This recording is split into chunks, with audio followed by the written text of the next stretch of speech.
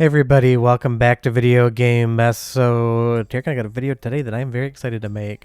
Because obviously if you watched the previous videos, you know Castlevania Symphony of the Night is in my top 5 favorite games of all time, right up there with Grim Fandango, Killing Time on the 3DO, and a few others that I never remember to mention. And again, I just absolutely love this game, and the fact that it has a PlayStation 1 static recomp is 10 out of 10 amazing. And it just recently got an update as of 12 hours ago as I record this audio, but it might take me a day or two to actually schedule this one for you guys. But Flappy Granola, Princess Derp, and everybody else are just absolutely killing it when it comes to this recomp, and I love these new updates. And if you haven't played it yet, if you've been waiting to jump in until it kind of matures, I would say version 0.5 is absolutely a great starting point.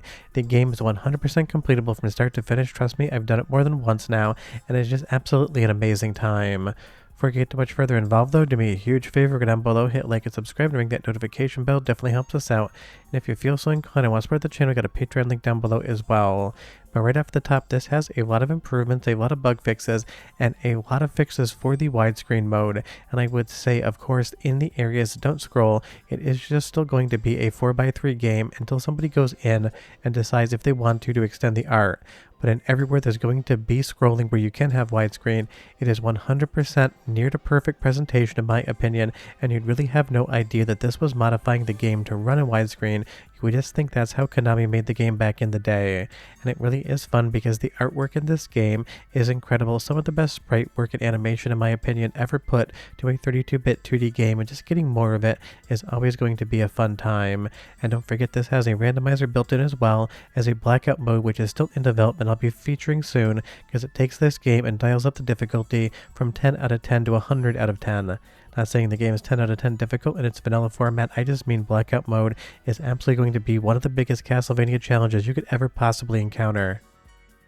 As we go through the area here, definitely borrowed straight up from Rondo of Blood and then remade in Symphony of the Night. This is something that just looks incredible in widescreen. The scrolling is perfect, all of the parallax scrolling works as well. You would just think this is how the game was always supposed to be, and that really is fun, and it just goes to show that developers on this recomp absolutely have a handle on how widescreen should work. And in areas where you actually have an extended background but a 4x3 presentation, you can get close to widescreen.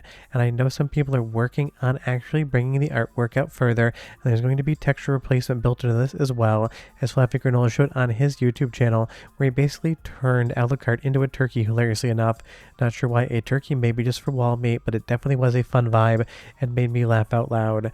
And you're just going to see so many more mods coming to this thing, and that is just straight up incredible. Because even though we have a ton of Metroidvania games in the Castlevania franchise, and of course a ton of Metroidvania games in different franchises as well, I still think this is absolutely just sheer perfection when it comes to the Metroidvania formula. And as we get out here again, you can just see how good this truly looks. And the nice thing is the requirements for OpenGL have been lowered as well, so it's going to run on a lot more platforms and a lot more potatoes out there, because clearly running something like Symphony of the Night isn't going to require that much horsepower, but it's going to require even less horsepower now. And there's just something about those floating skulls with the transparencies, with that parallax in the background of the clouds going by and the moon. If you just took a screenshot of this, you would think that Konami and a team of developers decided to remake this themselves, at least in certain areas when you're actually playing around with it. Now people have asked me, how do you set this up? And it's incredibly easy. You just download the executable, double click it, and then go ahead and point it to the Q file wherever you have your completely legally owned version of Symphony of the Night on your PC. From there the game will boot up and everything will work. But don't forget, there is a comprehensive mod and quality of life improvement and cheat menu, and if you just go up to the menu, which I'm showing you here, there's a ton of different things you can do and a ton of different things planned. And as far as when something like the Saturn version of the game could work here, or at least the Saturn exclusive levels in Maria mode, the Symphony of the Night decomp project just made a bunch of new progress, which I'll be talking about next week, so I feel like maybe we're on a path towards that. Let's do the first soundtrack sample while I show you guys some of the mod menu so you can look at it without me talking, and I'll be right back to show you a lot more of Symphony of the Night on PC.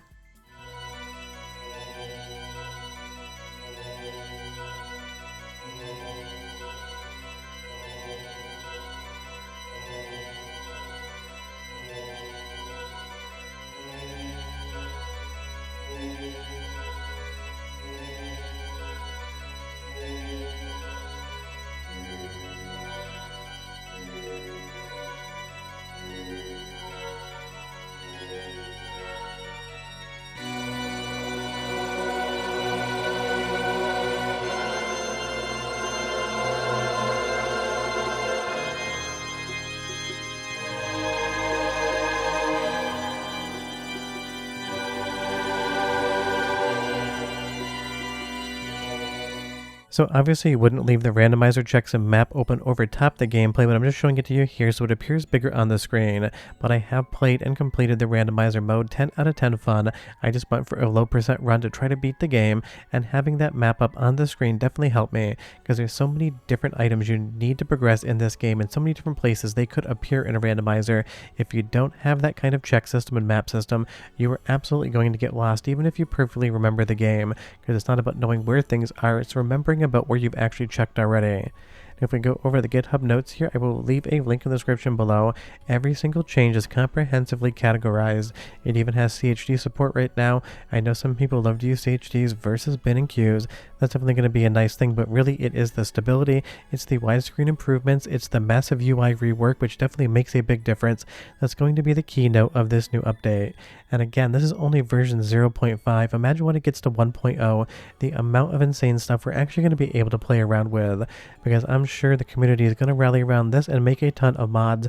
And again, we have the decomp project as well, which is making way more progress, and that's something where you're going to see a native PC port based upon the decompilation. Because remember, a static recomp is not the same thing as a source port. A decompilation leads to a source port, a static recomp leads to an executable you can double click on your PC that recompiles everything about the game into a native application. And if that gets a little confusing, just be aware, this is 0% emulation, it is 0% AI or Johnny 5, this is 100% done by humans, and it basically takes a long time to get this good, and the fact that it's progressed this quickly is a testament to how good the developers are behind this project. But do leave me a comment down below and you tell me, what is the one thing you'd love to see brought over to Symphony of the Night as a new feature or a new mod for this? For me personally, it has got to be Maria in Sega Saturn version. Her moveset is just completely different there than what we have on PlayStation 1 with the mods based upon the decomp, and her movement tech just makes the game feel that much more fresh and new. And the Sega Saturn also has different audio tracks as well as different areas in the game if you weren't aware of that. And of course I would love to see that come over as well. But the new areas, while fun, really aren't the star of the show.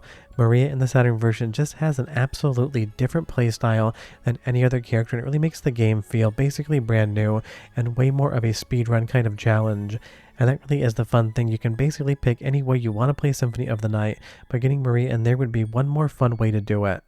But you tell me if you played this down below and how far you've gotten. I would be curious, because like I said, I know a bunch of people started playing it upon release, and a bunch of people commented saying they're going to wait until it updated some more before they jumped in. And if you are around the fence waiting around for it, like I said, I've completed this, I've done the inverted castle, I've gotten all 3 endings just for fun, and I had absolutely no crashes, no bugs, and no issues that would prevent me from actually progressing throughout the game. And that really is all you really need if you want to play this, to know that it's stable, that there's no bugs, and you can have your fun with it. And if you've never played Symphony of the Night somehow before ever in your life, you are missing out on what I would again consider one of the best games ever. But one more soundtrack sample and I'll be right back.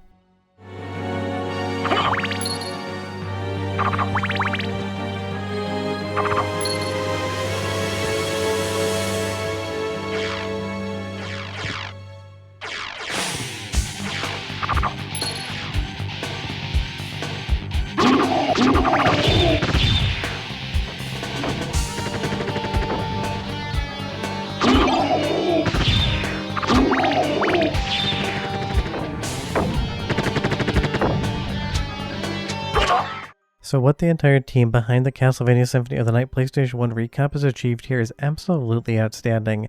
This is still one of those games. It is so special, and honestly, I've loved it since the time I first played it when I saw it on store shelves, had no idea what it was, and picked it up as a kid, went home and played it, and I still love it to this day, so much so that every single year I play at least one version of Symphony of the Night from start to finish. Last year it was the Sega Saturn version on real hardware on my PVM, and this year already twice now I've beaten this game, and I'll probably beat it at least 2 or 3 more times as this actually updates. But short of that, if you want to play this one, the link is in the description below to GitHub. Super easy to install. You don't really need a guide. You just need to be able to double click on one single queue file and everything else will boot up from there. And if you played this game to death and you're thinking, what else is there for me? If you've never played a randomizer, that really is one of the most fun things to make this game feel about as close to new as possibly can be again. But other than that, we are done here. Hope you guys enjoyed the video, and I'll see you next time. Bye-bye.